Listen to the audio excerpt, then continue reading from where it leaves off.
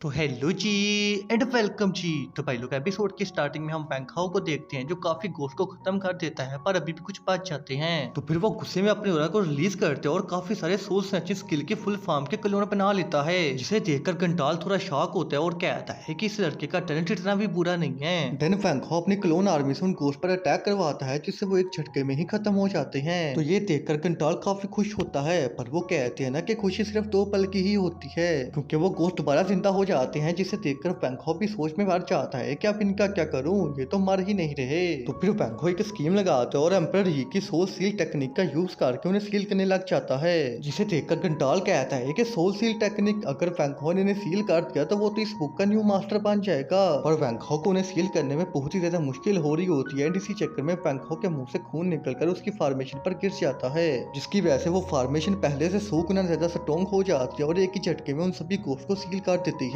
तो ये देखकर घंटाल की भी आंखें खुली रह जाती हैं और वो सोचता है कि आखिर ये एक ही दम से इतना ज्यादा स्ट्रॉन्ग कैसे हो गया। पर तभी हम देखते हैं कि सभी गोश्त के सील होते ही जमीन के अंदर से एक टेंपल बाहर निकलता है, जिस पर लिखा होता है कि जिंदगी और मौत क्या है, आओ तुम्हें दिखाऊं अंडे का बंटा, मैं नहीं हूँ प्यारे कोई मामूली बंदा। तो बैंकॉक और घंटाल उस टेंपल को देख ही रहे होते हैं कि तभी वहाँ 4 लोग आते हैं जो आते ही बैंकॉक को ग्रीट करने लग जाते हैं। पर तभी सीन चेंज हो जाते हैं और हम किन को देखते हैं जो अभी भी ताई के साथ उसके इल्यूजन में फाइट कर रहा होता है, मगर ताई अपने लिमिट पर आ जाते हैं और कमजोर पड़ जाता है। तो फिर हम इल्यूजन के बाहर का सीन देखते हैं जहाँ स्क्रोल के अंदर से काफी लाइट निकलती है और हर तरफ बिजली गिरने लग जाती है, जिस पर जी फैमिली का हेड शील्ड बनाकर सबको बचा लेते हैं और कहता है कि finally life and death book को उसका मास्टर मिल ही गया। तो ये सुनकर यो भी काफी खुश होती है और कहती है कि इसका मतलब बैंकॉक भी जिंदा है। दूसरी तरफ हम बैंकॉक को देखते हैं जिससे गोल्डन ड्रैगन पूछता है कि मामू आखिर ये 4 लोग कौन हैं। तो बैंकॉक बताता है कि ये वो लोग हैं जो इस बुक के अंदर आकर मर गए थे।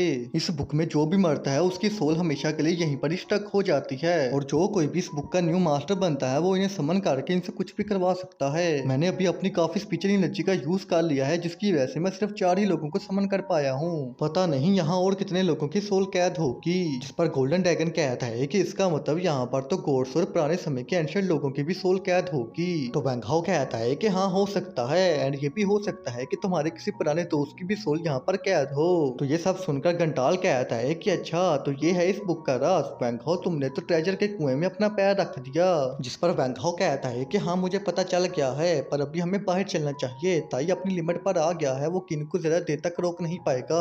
और फिर ऐसा ही होता है, ताई कमजोर पड़ जाते हैं और किन उसके सभी इल्यूजन को तोड़कर बाहर आ जाता है एंड बाहर आते ही वो सीधा ताई का गला पकड़ लेते हैं और कहता है कि मैंने तुम्हें कहा था ना तुम अपने ये छोटे मोटे इल्यूजन से मुझे नहीं रोक सकते, चलो अब मरने के लिए तैयार हो जाओ, तुमने काफी दिनों से मेरी नाक में दम कर रखा था, फाइनली आज तुमसे छुटकारा मिल जाएगा। पर ताई कहता है कि आज मुझसे नहीं तुमसे छुटकारा मिलेगा। जिस पर किन कहता है कि क्या एंड तभी बैंकॉक से जोरदार किक मारता है जिससे वो काफी दूर जाता है। तो फिर किन खड़ा होता है और कहता है कि ओह बैंकॉक आखिर तुम जिंदा बच ही गए पर अब नहीं बचोगे। जिस पर बैंकॉक बुक से उन्हीं 4 लोगों को समन करता है और कहता है कि इसे जान से मार दो। तो ऑर्डर मिलते ही वो चारों किन पर अटैक कर देते हैं, मगर किन भी पीछे नहीं हटता, वो अपने क्लोन्स बनाकर उनसे फाइट करने लग जाता है एंड खुद वो बैंकॉक पर अटैक करने के लिए जाता है और बैंकॉक सोल स्नैचिंग स्किल की फुल फॉर्म का यूज करके उसके बाजू को ही तोड़ देता है, जिसकी वजह से उसके सारे क्लोन खत्म हो जाते हैं। तो फिर किन काफी ज्यादा कमजोर पड़ जाते हैं और कहता है कि बैंकॉक अभी तो मैं जा रहा हूँ पर मैं वापस जरूर आऊंगा एंड ये कहकर वो वहां से गायब हो जाते हैं और बैंकॉक उन 4 लोगों को वापस बुला लेता है।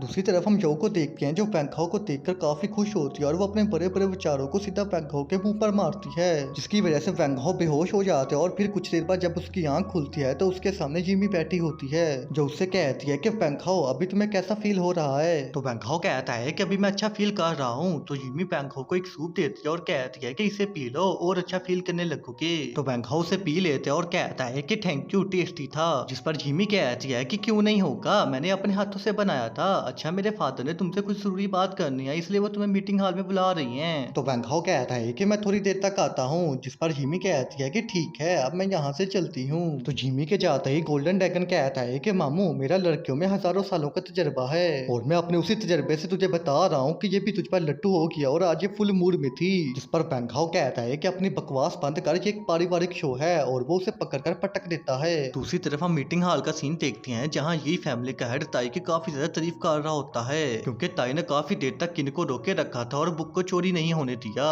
तो फिर बैंकॉक वहाँ आते और बैंकॉक के आते ही ये फैमिली का हेड खड़ा हो जाते और उसे अपनी सीट पर बैठने को कहता है, जिस पर ताई हैरान हो जाते है और अपने मन में सोचते हुए कहता है कि आखिर ये हेड क्या करना चाह रहा है। मगर हम वैंकहाउ को देखते हैं जो यी फैमिली के हेड से कहता है कि जैसे आप कहो, और वो हेड की सीट पर बैठ जाता है। तो फिर हेड कहता है कि मुझे आज एक जरूरी अनाउंसमेंट करनी है। मुझे उम्मीद है कि यहाँ बैठे जितने भी लोग हैं वो मेरी इस बात का गवाह बनेंगे। एंड ये कहते ही यी फैमिली के हेड फौरन वैंकहाउ के सामने झुक जाते हैं और कहता है कि मास्टर, मैं यी किंग डोंगचुंग पवेलियन का 7 गार्डियन आपको ग्रीट करता हूँ। तो ये सुनकर वो सभी काफी हैरान होते हैं और सबसे खतरनाक रिएक्शन जूनी का होता है। तो फिर वैंकहाउ खड़ा होता है और कहता है कि अच्छा, तो तुम डोंगचुंग पवेलियन के गार्डियन हो। जिस पर यी किंग कहता है कि मास्टर, मैं अकेला नहीं, 6 गार्डियन और भी हैं, जिनमें से वो 4 का नाम बताता है और कहता है कि बाकी 2 के बारे में मुझे आज तक पता नहीं चला। और जिन 4 के बारे में वो बताता है उनमें से एक अंकल जोर एक डीमन किंग होता है। तो यो कहती है कि डीमन किंग भी डोंगचुंग पवेलियन का गार्डियन है। आखिर ये डोंगचुंग पवेलियन क्या था? जिस पर यी किंग बताता है कि डोंगचुंग पवेलियन का सिर्फ एक ही मकसद था, एक ऐसी दुनिया क्रिएट करना जिसमें हर कोई जिंदगी गुजार सके।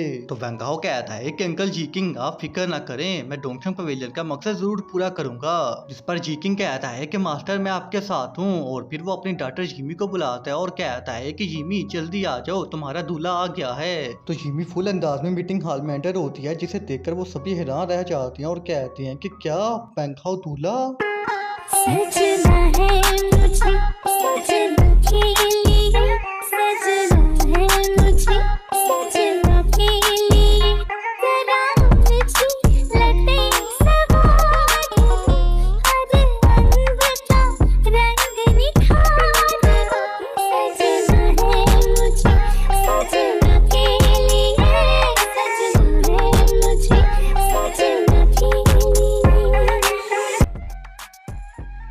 तो भाई लोग, एक्सप्लेनेशन कैसी लगी मुझे कमेंट्स में जरूर बताना। एंड अगर वीडियो पसंद आए तो प्लीज चैनल को सब्सक्राइब करके 100 के करवा दो यार। सिर्फ 3000 रह के हैं, जितने तुम लोग को अगर एक एक फेक अकाउंट बनाकर भी सब्सक्राइब करो, ये तो घंटे में 100 के हो जाएं। पर मजाल है, तुम लोग कुछ करो। जाओ यार, मैं हर्ट हो गया हूँ।